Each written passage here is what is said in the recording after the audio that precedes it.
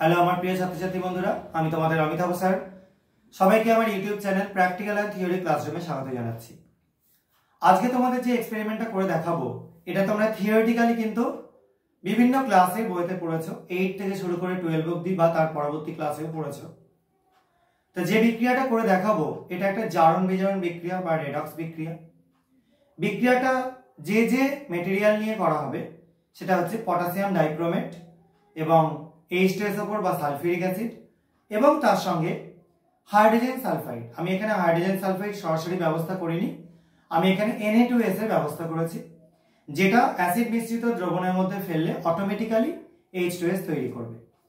এবং তোমরা সবাই মোটামুটি পড়েছো যে পটাশিয়াম ডাইক্রোমেটের যে কমলা বর্ণের দ্রবণ, সেটা আস্তে আস্তে সবুজ বর্ণের দ্রবণে পরিণত হয়ে যায় Cr2SO4 তৈরি হওয়ার জন্য বা ক্রোমিক সালফেট তৈরি হওয়ার জন্য। আজকের এই বিক্রিয়াটাতে আমরা সেই জিনিসটাই তৈরি করে দেখাবো। তো শুরু করা যাক। এখানে আমি একটু কাজের সুবিধার জন্য অ্যাসিডিফাইড একদম সলিউশন করে রেখেছি পটাশিয়াম ডাইক্রোমেটে, মানে এখানে K2Cr2O7 এর সঙ্গে কনসেন্ট্রেট সালফিউরিক অ্যাসিড মেশানো আছে একদম। তো আমরা মিডিয়ামটাকে ডাইলিউট করবার জন্য কিছুটা জল এর মধ্যে নিয়ে নিচ্ছি। এটা যে কোনো জল নিলেই হবে, ডিস্টিল ওয়াটারও করতে পারো বা ট্যাপ ওয়াটারও করতে পারো। এর মধ্যে আমরা যোগ করে দিচ্ছি কিছুটা কমলা বর্ণের পটাশিয়াম ডাইক্রোমেট। সবাই দেখতে পাচ্ছেন নিশ্চয়ই। আমরা আরেকটু জল দিয়ে দিচ্ছি যাতে আরো ভালো মতো মিডিয়ামটা বোঝানো যায়। আশা করা যায় সবার কালারটা ভালো মতো বুঝতে পারা যাচ্ছে। তো যেহেতু আমি একদম অ্যাসিডিফাইড সলিউশনই নিয়েছি, এখানে আমরা এক্সট্রা অ্যাসিড আর যোগ করব না, একদম সরাসরি যোগ করব কি সোডিয়াম সালফাইড। এবং সোডিয়াম সালফাইড আমার এখানে ফ্লেক্স আকারে আছে, অর্থাৎ এরকম চূর্ণ বিচূর্ণ আকারে রয়েছে। এখান থেকে খুব অল্প পরিমাণ কিছু ফ্লেক্স এর মধ্যে যোগ করে দেব। তো এটা যোগ করে দিচ্ছি। এবার কি পরিবর্তনটা হয় তোমরা শুধু লক্ষ্য করো। আমরা ফ্লেক্সটা যোগ করবার পর আস্তে আস্তে এটাকে আমরা সেক করব, কন্টিনিউ নাড়াতে থাকবো, যাতে আমরা এই যে মানে ফ্লেক্সটা যোগ করলাম এবং সেটা আস্তে আস্তে এর মধ্যে ডিজলভ হয় বা গুলে যায়, এবং এর মধ্যে যে সলিউশনটা তৈরি করে বা সেই সলিউশনের কি কালার চেঞ্জ হচ্ছে সেটা আমরা দেখবার চেষ্টা করব। তো দেখতে থাকো কি চেঞ্জ হয়।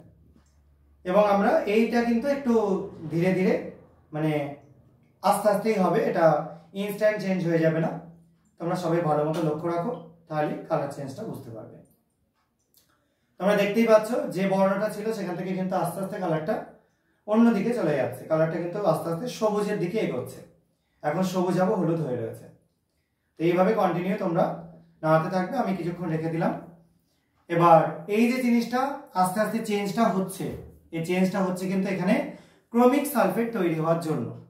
এবার আমি আরো একটুখানি Na2S এর বিট যোগ করে দিচ্ছি যাতে বিক্রিয়াটা একটু তাড়াতাড়ি হয়।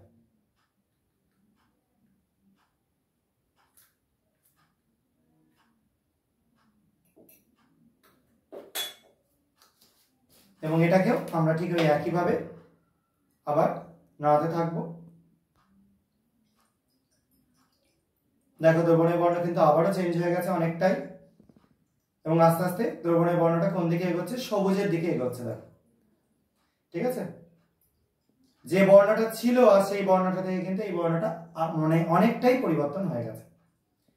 যাই হোক, এবার দেখো আস্তে আস্তে যে সলিউশনটা কালার তৈরি হয়ে যাচ্ছে, এটা তৈরি হয়েছে ক্রোমিক সালফেট সলিউশন। সবাই দেখতে পাচ্ছ একটা সবুজাভ বর্ণ দেখতে পাওয়া যাচ্ছে। এই যে ক্রোমিক সালফেট, এটা কিন্তু কেন হলো, H2S এখানে ক্রোমিয়ামের যেটা +6 স্টেট ছিল সেখান থেকে আস্তে আস্তে একে +3 স্টেটে পরিণত করলো। H2S একে রিডিউস করলো বা বিজারিত করলো এবং নিজেও সালফারে পরিণত হলো, সালফারে জারিত হলো। H2S এর সালফার ছিল কিন্তু -2 স্টেটে, সেখান থেকে সালফার হয়ে গেল 0 স্টেটে। এখানে সালফারের যে কলয়েডটা তৈরি হয়েছে সেটা তোমাদের দেখানো সম্ভব না, কারণ খুবই সূক্ষ্ম কণা, পুরো মিডিয়ামের মধ্যে ছড়িয়ে আছে। কিন্তু তোমরা কালার যে চেঞ্জটা হয়েছে সেটা নিশ্চয়ই খুব ভালো করেই বুঝতে পারছো। এবং এই পরীক্ষাটার মাধ্যমে আমরা খুব ভালো একটা রেডক্স বা জারণ বিজারণ বিক্রিয়ার প্রমাণ পাই, যে H2S খুব ভালো একটা বিজারক দ্রব্য বা রিডিউসিং এজেন্ট, এবং K2Cr2O7 বা পটাশিয়াম ডাইক্রোমেট একটা খুব ভালো জারক দ্রব্য বা অক্সিডাইজিং এজেন্ট। এই বিক্রিয়া থেকে সেটা খুব সহজেই বুঝতে পারা যায়। এবং এর মধ্যে যদি আমরা ডাইলিউট HCl বা যে কোনো অ্যাসিড যোগ করি, এই সলিউশনের কোনো কালার চেঞ্জ হয় কিনা জাস্ট দেখে নাও। এটা আমি জাস্ট যোগ করে দেখাচ্ছি। দেখো আমরা HCl যোগ করছি, এখানে কিন্তু সলিউশনে কালারে কোনো পরিবর্তন ঘটলো না, যেরকম কালার রয়েছে সেরকমই রয়ে গেল। তার মানে কি, এই যে ক্রোমিক সালফেটে পরিণত হয়েছে, এটা HCl যোগ করাতে কিন্তু সেটা আর ক্রোমিক ক্লোরাইড বা কিছুতে পরিণত হবে না। ঠিক আছে, ক্রোমিয়ামের কোনো ক্লোরাইড বা কিছুতে পরিণত হবে না, এবং যদিও পরিণত হতো তার বর্ণও কিন্তু সবুজ। ঠিক আছে, তো যাই হোক না কেন, এই বিক্রিয়াটা তোমাদের জার্ন বিজারণ পড়তে খুব সাহায্য করবে। আজকের মতো বিক্রিয়াটা এইটুকুনি। সবার যদি ভালো লেগে থাকে তাহলে চ্যানেলটা সাবস্ক্রাইব করো এবং ভিডিওটাকে লাইক আর শেয়ার করার চেষ্টা করো। আজকের মতো এইটুকুনি। সবাই খুব ভালো থাকবে, সাবধানে থাকবে। বাই।